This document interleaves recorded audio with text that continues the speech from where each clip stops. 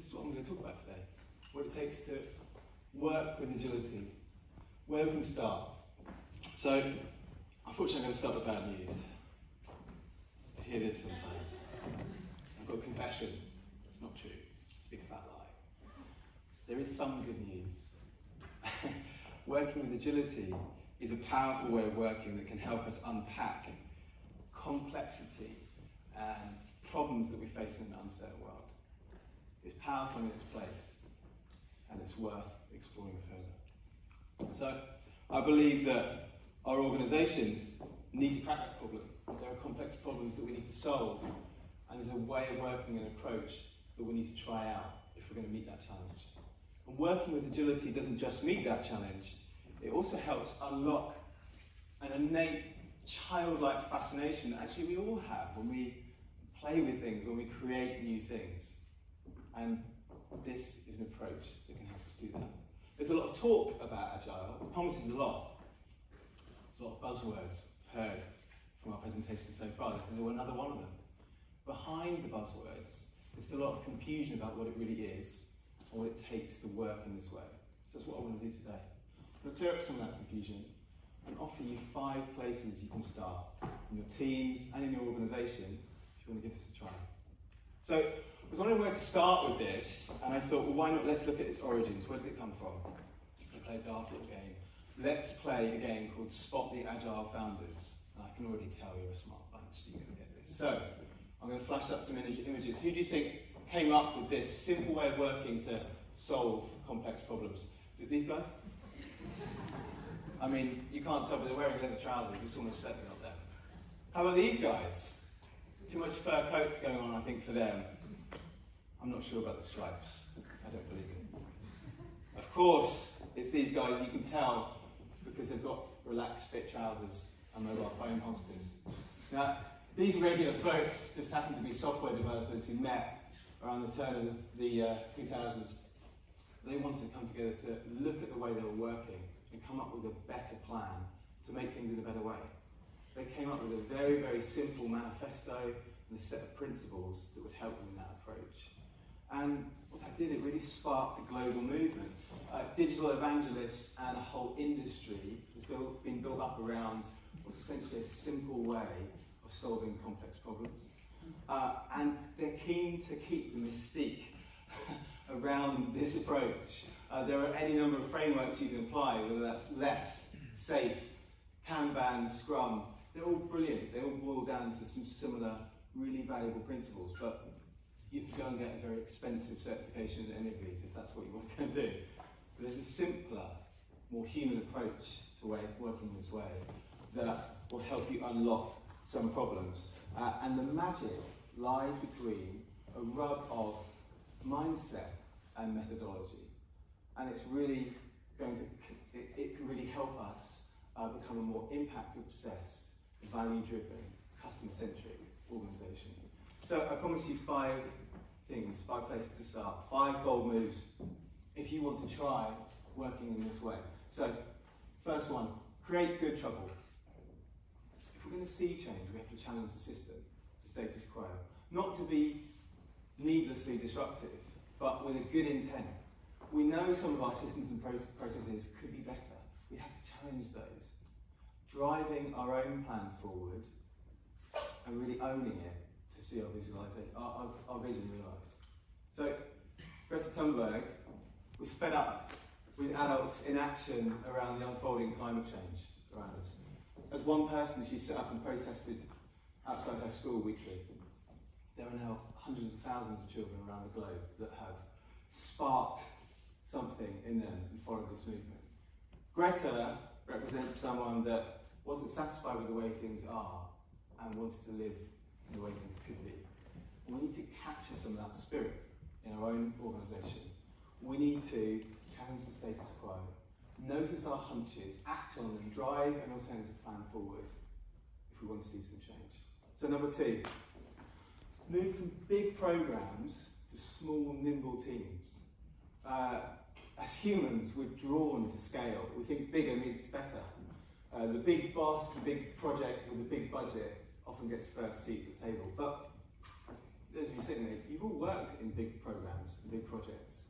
You spend so much of your time simply updating people and moving information around and not much time attributed to do your work. Something's got to give.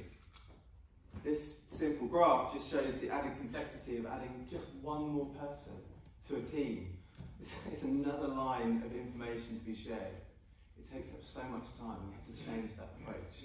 We have to create small teams focused around a clear goal and get out of their way. Let them go ahead and empower them to do their job. Thirdly, decision making. Let's move from decisions driven by seniority to decisions based on customer evidence. And look, I'll be really clear. By customer, I just mean whoever you're building something for. Our leaders in our organisation have a really critical role to play, but often the nature of their position means they're far removed from the front line. They don't have clarity on what's really going on. We need real granular, deep understanding of what's driving our customer problems, the needs that underlie that, if we're really going to build things of value and build for the future. So, here's an old example, but a good one. This is actually the first digital camera, invented in 1975. It's actually invented by Kodak. Now, many of you will know that story. Kodak went bust in the 90s when digital overtook analog film development. So what went wrong? Back in the mid-90s, they owned 90% of the film development market. Now, Kodak's R&D department knew exactly what was going on. They regularly met with customers. They were aware of the direction of the future was going. They presented their findings to the leadership time and time again. The leadership said, look, we own 90% of the market. We're not moving to digital. That will kill us. They deferred the decision over and over again. So they went bust. They blew it. We need to change the way we make our decisions. We need to focus on where's the customer evidence that's driving this piece of work.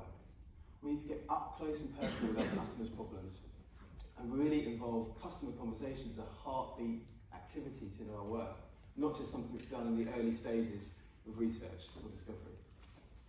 4, we need to stop launching ideas and start experimenting with them. Some organisations I hear, we're running a small experiment, it's just 15,000 people. Fine. We need to think small and think fast. A great example of this, the black box is actually a thing called the Palm Pilot. There might be some people in here who had one, I'm not sure. It was launched in the late 90s. It was incredibly successful electronic organiser in the day before mass market mobiles. Now, at the time, the inventor of this wanted to fund his research. It would cost him hundreds of thousands of dollars. Instead, he went to his garage at the back of his house. He carved out a block of wood, scratched out his functionality on a piece of paper and stuck it to it. That's actually what you can see, the prototype in the white. And put it in his top pocket. He carried it around with him for a year. Every time he had a conversation with a friend or a customer, they said, we should really meet up sometime. He'd go, okay, all right. Take his block of wood out of his pocket, start tapping away at it. People looked at him going, what the hell are you doing? It sparked a conversation. He could talk about his new idea. He could ask them what they liked about it, what they didn't. He could test his solution. And it cost him a block of wood and some time. We need to think small, iterative experiments that expose our testing solutions to feedback early so that we can find out what the strengths and weaknesses are. We need to think, what's the most amount of valuable learning I can get with the least amount of effort? And finally, 5, we need to rebalance managing and making. So what does that really mean? Managing is the essential work we have to do in organisations to move information around, to connect, to update. Making is the work that really adds value. Learning, building, experimenting, testing. The pressure in our organisational systems often forces that out of balance. We spend all of our time at work managing, and often leaving the making till after hours, running computer systems at the weekend. We have to shift this balance around because we know what it feels like. This simple graph might look like one of your average days. 31 hours a month are wasted in unproductive or pointless meetings. It's an average stat. It's not just an opportunity cost around the time. We know when our good ideas, the stuff that really takes time to get into solving complex problems and having interesting, creative sparks of new things we might try. It takes time to get there. And with constant interruptions, means that we're rarely winning on that front. So something's got to give, something has to change. We need to find a way to protect that valuable time to make, learn, and experiment. And that is 5 examples, 5 places we might start when we're thinking about what agility means in our teams and our organisations. And working with agility feels a bit like this. It's an emotional journey. There are lows as well as highs. You're all experimenters, you know how this feels when you're trying to navigate those early days of going out, how do we crack this problem? We need to hold on now, trust the process, and give it a try. So it's directly aligned to the culture that you want to make in this organisation. Inspired, curious, and unbossed. So to recap, these 5 moves. Challenge the status quo, create a bit of trouble. Move from big programs to small, nimble teams around clear goals, get out of their way, empower them to do their work. Move from decision-making from seniority to decision-making by customer needs. Ask, where's the evidence? Go out and talk to the people that you're building stuff for. Stop launching ideas and start experimenting with them. What's the most value we can learn with the least amount of effort? And finally, rebalance managing making. Get that valuable time to learn, make, and build. So how do we start? Well, remember when you were kids, learning to ride your bike? You didn't need a 400-page risk assessment. You just got on, fell straight off again. Got on, before you knew it, you were wobbling down the road, riding away. Don't get stuck, just start. Thank you.